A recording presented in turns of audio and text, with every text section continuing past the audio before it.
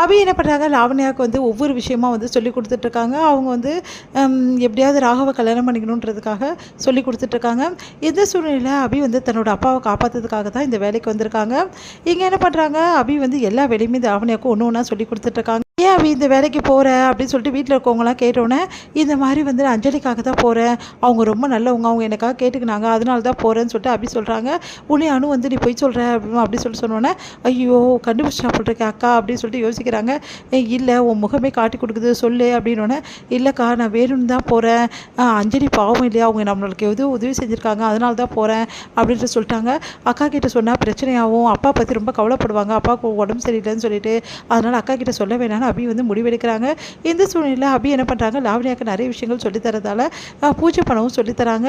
அப்போது அபி வந்து ஒரு பக்தி பாட்டை வந்து ரொம்ப அழகாக பாடுறாங்க. அதை பார்த்து லாவண்யா வந்து வந்து தனக்கு தெரியாது அப்படின்னு நம்ம சொல்கிறாங்க. நானே பாடுறேன்னு சொல்லிட்டு அபியே பாடுறாங்க. குடும்பம் மொத்தமே வந்து அபியை பார்த்து அப்படியே வந்து சந்தோஷப்படுறாங்க. உன்னை ராகம் வந்து அபியை பார்த்து மேமறந்து பார்த்துட்ருக்காரு. பாட்டி வந்து அபியை பாராட்டுறாங்க. இந்த சூழ்நிலையில் இங்கே என்ன பண்ணுறாங்கன்னா, அபி வந்து தீபார்த்தனை வந்து இப்படி காட்டணும்னு சொல்லிட்டு சொல்லித்தராங்க. அதே மாதிரி தீபார்த்தனத்தை வந்து எல்லாருக்கும் காட்ட சொல்கிறாங்க.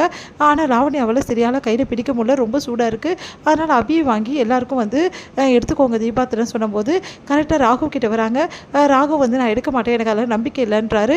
உடனே அபி என்ன பண்ணுறாங்க, நம்பிக்கை இல்லையா, இப்படி சொன்னால் எப்படி, அதெல்லாம் எடுத்துக்கடா அப்படின்னு சொல்லிட்டு சொல்கிறாங்க அவங்க அக்கா.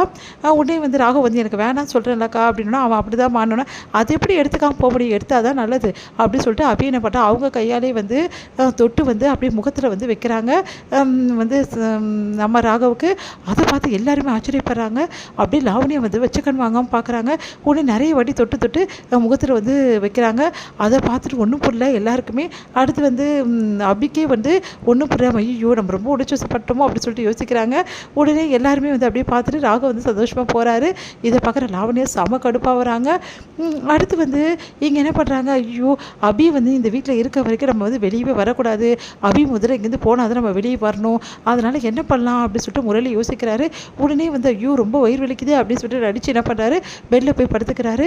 உடனே அஞ்சலி வந்து என்னாச்சுங்க, ஏன் வந்து நீங்கள் பூஜை கூட வரல அப்படின்னு சொல்லிட்டு கேட்குறாங்க. இல்லை எனக்கு ரொம்ப வயிறு வலி அப்படின்னோடனே, நீங்கள் கவலைப்படாதீங்க நான் ஏதாவது பார்க்குறேன் மாத்திரை எடுத்துகிட்டு வரேன் சொல்லிட்டு போகிறாங்க. உடனே அபி வந்து சமையல்கட்டில் வேலை செஞ்சுட்ருக்காங்க.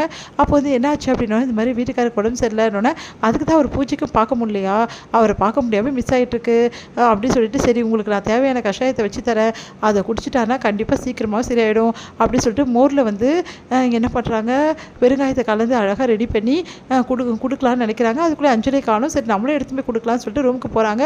பார்த்தா வந்து அஞ்சலி மேடம்னோட ரூமில் இருக்க முரளி வந்து தவிக்கிறாரு. ஐயோ உள்ளே வந்துட்டா அபி என்ன பண்ணுறது அப்படின்னு சொல்லிட்டு கரெக்டாக வந்து ரூம் கதவை திறக்கும் போது கரெக்டாக அபியை பார்த்துட்டு அஞ்சலிக்கு வந்துடுறாங்க.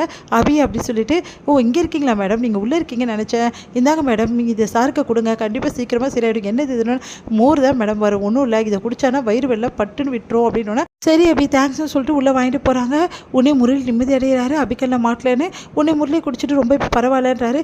எனக்கு தெரியுங்க எப்பவுமே அபி கைப்பட்டாவே எல்லாம் குணமாயிடும் அப்படின்னோடனே முரளி வந்து அபி நினச்சி சந்தோஷப்படுறாரு. இது முடியுது.